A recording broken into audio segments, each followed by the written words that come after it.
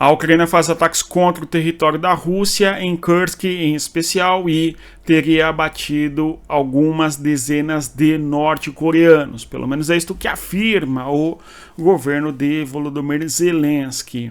Ou seja, nós temos que não somente o Pentágono, a Ucrânia, bem como também a própria Coreia do Sul, afirmaram que os norte-coreanos estão lutando na guerra contra a Ucrânia, ao lado da Rússia, e o Zelensky hoje afirma que os soldados foram abatidos, no caso ali 30 deles. Nós temos ainda uma declaração bastante curiosa por parte tanto do Putin, bem como também do ministro da Defesa da Rússia, o Belousov, de que nós tivemos avanços russos e também uma conquista geográfica de uma extensão de território bastante considerável. Nós vamos comentar sobre estes e outros assuntos. Hoje é dia 16 de dezembro de 2024. O ano vai se finalizando e você ainda tem a oportunidade de fazer parte da nossa comunidade geopolítica. O link está na descrição do vídeo. E aqui nós temos uma série de assuntos a serem tratados e um deles muito importante se refere aos ataques que a Ucrânia fez contra o território russo e no dia 15 e hoje, nas últimas 24 horas, nós temos a Ucrânia buscando atingir novamente a infraestrutura da Rússia. Neste caso, ou melhor dizendo, agora a infraestrutura logística, sobretudo o sistema de ferrovias. A Rússia é o país que mais utiliza ferrovias. Nós que conhecemos um pouco a geografia da Rússia, sabemos que o sistema de transporte naquele país, para cargas, pelo menos 80% de todo o transporte é feito em ferrovias, de modo que o país é atravessado de norte a sul, de leste a oeste, sobretudo com ferrovias, em especial nas porções mais meridionais da Rússia por conta das condições climáticas, de modo inclusive que as ferrovias integram desde da Rússia europeia, na região de Moscou, tá certo, até Vladivostok, no Pacífico. Então uma gigante, ok? Ferrovia chamada Transiberiana. Então a carga é muito transportada por ferrovias, que é uma das marcas da infraestrutura, inclusive da antiga União Soviética, né? Então o sistema ferroviário é muito importante, diferentemente do Brasil. O Brasil tem uma extensão geográfica gigante. Entretanto, nós utilizamos o sistema de transporte mais oneroso, mais caro, que é o sistema de transporte rodoviário. Pelo menos 60% da carga transportada no Brasil é rodovia, não é? Enquanto que o transporte de passageiros, em torno de 80% no Brasil, é feito em rodovias. Ou seja, o Brasil tem o sistema de transporte muito mais caro, infelizmente, mas este é outro assunto. O fato é que nós tivemos a discussão de que a Ucrânia fez um ataque a uma ferrovia no interior do território russo, na região de Ulyanovsk, tá certo? Quase 1.000 quilômetros em profundidade no território da Rússia. Pelo menos a Ucrânia reivindicou, vou até projetar o mapa para nós observarmos, ok? A Ucrânia reivindicou que o ataque ali a um sistema de ferrovias se deu pela Ucrânia, tá certo? 900 quilômetros quase de distância desde a região de Kharkiv, no território ucraniano, até o território lá de Ulyanovsk, ok? Então, este dado importante. Agora, um outro ataque muito importante que a Ucrânia também reivindicou como sendo feito contra a Rússia é um que ocorre na região de Zaporízhia. Zaporízhia é uma das províncias ao sul da Ucrânia que está no atual cenário ocupada pela Rússia, que é, olhando aqui no mapa, nós visualizamos justamente aí o território de Zaporízhia, ok? Então, a Ucrânia faz ataques à infraestrutura no território de Zaporízhia. Vamos destacar aqui, ó, um sistema ferroviário que faz a integração nestas regiões aqui, ó, ferrovia, tá?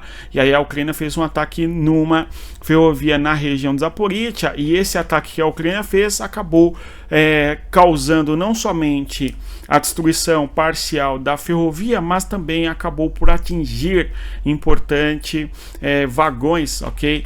Que estavam transportando combustíveis, tudo bem? Então aí o exemplo, claro, a Ucrânia não faz parte da Rússia mais, evidentemente, Zaporízhia está ocupado, ok? Mas o sistema de transporte ferroviário é muito significativo em termos de volume nos países da antiga União Soviética e do espaço pós-soviéticos, enfim. Então, nós temos, importante isso, a Ucrânia faz 2 ataques contra a Rússia, não é? E nesses ataques atinge, tá certo? Nesses ataques atinge infraestrutura de logística e de transportes, ok? A Ucrânia destrói trem russo em Zaporízhia, tá certo? Trem de combustível e também explosões na ferrovia, ok? Em Ulyanovsk, conforme nós mencionamos. Agora, um assunto que nós começamos tratando aqui no vídeo é esse daqui, ó, a presença de norte-coreanos no território da Ucrânia, ok? Então, norte-coreanos teriam sido abatidos em Kursk, ok? O Pentágono confirma, inclusive, tal cenário que foi afirmado pelo governo da Ucrânia, o governo de Volodymyr Zelensky.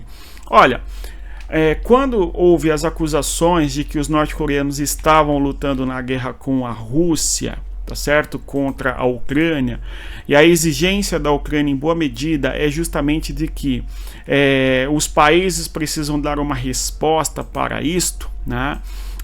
E no caso ali, a Rússia de certa maneira não afirma que são norte-coreanos lutando na guerra. Algumas filmagens de soldados, né, caminhando sobre o gelo, sobre a neve da região de Kursk. Nós estamos caminhando para o inverno no hemisfério norte, a presença da neve ali do final do outono, tá certo? Então, o cenário geográfico condiz com a realidade climática. Quando nós olhamos as feições, no caso ali, o fenótipo, não é? O fenótipo das pessoas, elas são sim orientais. Significam que são coreanas? Não necessariamente, tá? Até porque a população do interior da Rússia, por mais que muitos queiram, vão xingar que é russete, gente, não é?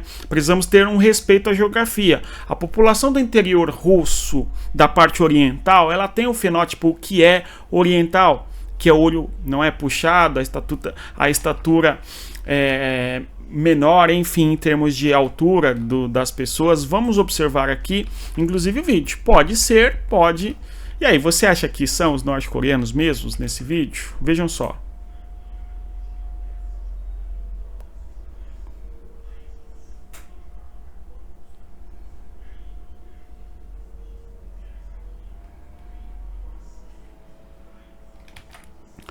Então nós temos aí soldados que estão no meio da neve, justamente com a feição oriental, ok? Com o rosto com a característica oriental, significa que eles necessariamente são coreanos, tá? Fica a pergunta, e digo isso de maneira bastante honesta com vocês, por mais que alguns vão entender errado, vão xingar, né? Mas é o seguinte, essa discussão é muito importante e isto pode impactar de maneira bem significativa nos rumos da guerra, é fato, enfim. É o sistema de inteligência da Ucrânia quem afirma, entretanto existe a negativa, né? Bem, em alguns outros momentos já se mostrou um soldado que eventualmente seria norte-coreano com um documento, certo, do lado dele. Olhem só o passaporte dele, norte-coreano. Isso aqui é uma piada de mau gosto, tem que ser muito infantil para acreditar nesta correlação necessária, certo? Então agora os soldados norte-coreanos foram abatidos na Ucrânia, eles não já teriam sido abatidos antes, né? Então, mentiram agora ou mentiram antes? Tudo bem? Fica a pergunta, porque fazem muito alarde em relação a isso, né? Embora, repito, o Pentágono está afirmando sim que os soldados norte-coreanos estão lutando na Ucrânia. Tá, e o que o Pentágono faz diante disso? Não é? O Pentágono está cumprindo, tá certo, o Memorando de Budapeste, tá certo? Os Estados Unidos está realmente envolvido na guerra em defesa da Ucrânia, conforme eles prometeram em 1994, tá bom? Porque narrativa política é fácil de fazer, agora a defesa militar prática da Ucrânia nós não vemos da maneira precisa que prometeram. Este é o fato, tá? Tanto é que não seria muito exagero nós dizemos que os países ocidentais incentivaram a Ucrânia na guerra e na hora de apoiar ficaram, não é, mandando ajuda a conta-gotas e assim por diante, enfim, né? Bom, então avançando aqui outros temas, que envolvem aí, ó, 9 países, ó, Austrália, Canadá, França, Alemanha, Reino Unido, Itália, Japão, Coreia do Sul e Nova Zelândia. Então a Nova Zelândia criticando junto com a União Europeia e os Estados Unidos, ok? Criticando a presença de soldados norte-coreanos em Kursk, tá certo? No território russo, enfim. Certo? De qualquer maneira, tudo que eu falei aqui, aquela pessoa que tem uma visão mais estreita de mundo, ela vai xingar o de Rousseff, né? Mas não é disso que se trata, desgraçado. É entender o que está acontecendo, ok? As chances de termos soldados norte-coreanos na Rússia são muito grandes, tá certo? Só que você fazer um vídeo de 30 km de distância, dizendo, olha lá o soldado norte-coreano, é uma brincadeira de mau gosto, na minha opinião. Mas vamos aqui avançando. Além disso, nós temos a discussão de Donald Trump. Trump diz que haverá um encontro com o Zelensky e também com o Putin. Então, o Trump pretende encontrar com ambos para discutir a guerra, o final da guerra e coisa do gênero, tá? E também, novamente, fala sobre o uso do ATACMS, que é o míssil de longo alcance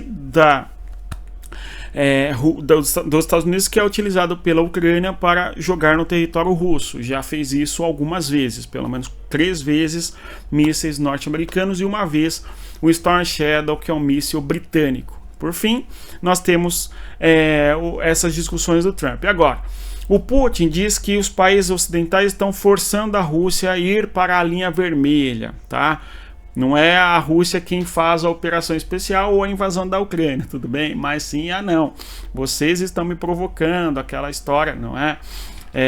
Que o Putin está levantando aqui. Por fim, a afirmação de que a Rússia conquistou 189 localidades neste ano de 2024, em um avanço maior em 2024 que em 2023, segundo inclusive o próprio Andrei Belousov, que é o ministro da Defesa da Rússia, dizendo que houve uma conquista de 4.500 quilômetros quadrados. Vamos observar aqui, ó, tá? O que disse o Belousov. Após a fala de Putin, o ministro da Defesa da Rússia, Andrei Belousov, declarou que as tropas russas tomaram quase 4.500 km² de terreno ucraniano, conquistando quase 30%, ou melhor, quase 30 km por dia, km².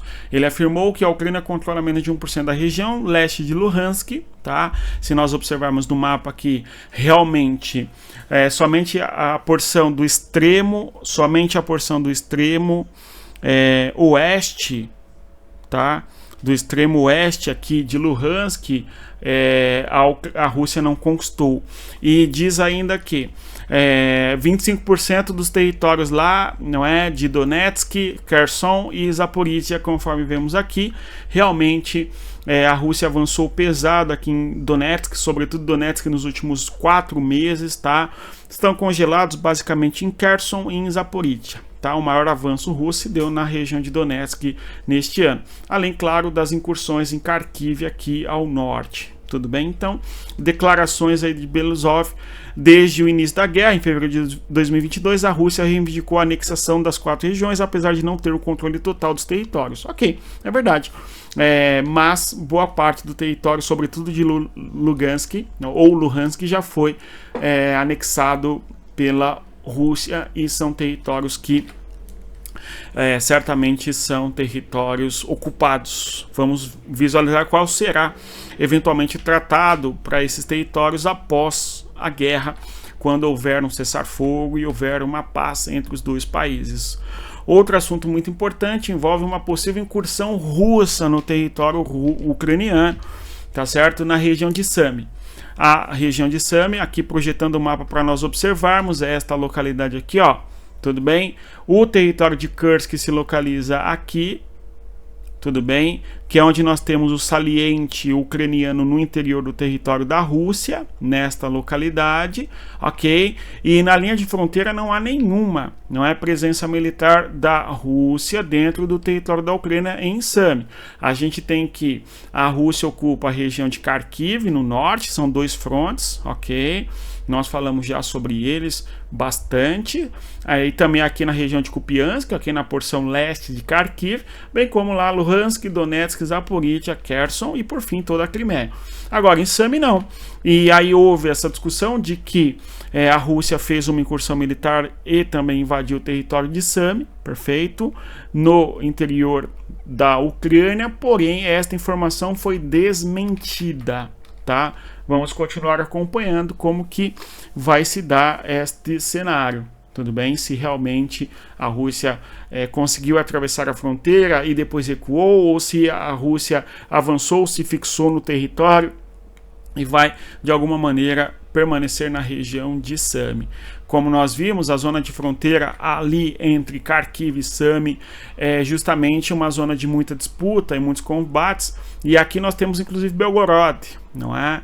Depois que a Ucrânia fez a incursão em Kursk, a invasão em Kursk, a operação especial, enfim, houve muita discussão da possibilidade da Ucrânia também fazer uma nova frente aqui em Belgorod, conforme nós falamos aqui exaustivamente, ok?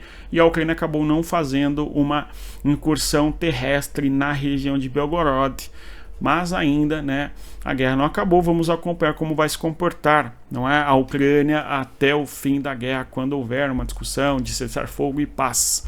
Acompanhemos. No mais é isso.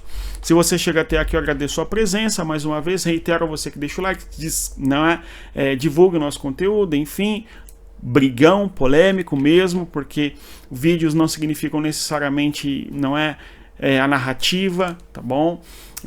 Enfim. Continuemos a acompanhar a guerra e mais ainda, divulgue o conteúdo e venha fazer parte da nossa comunidade geopolítica. O link está na descrição do vídeo. Bons estudos, respeita a geografia, até mais. Tchau, pessoal.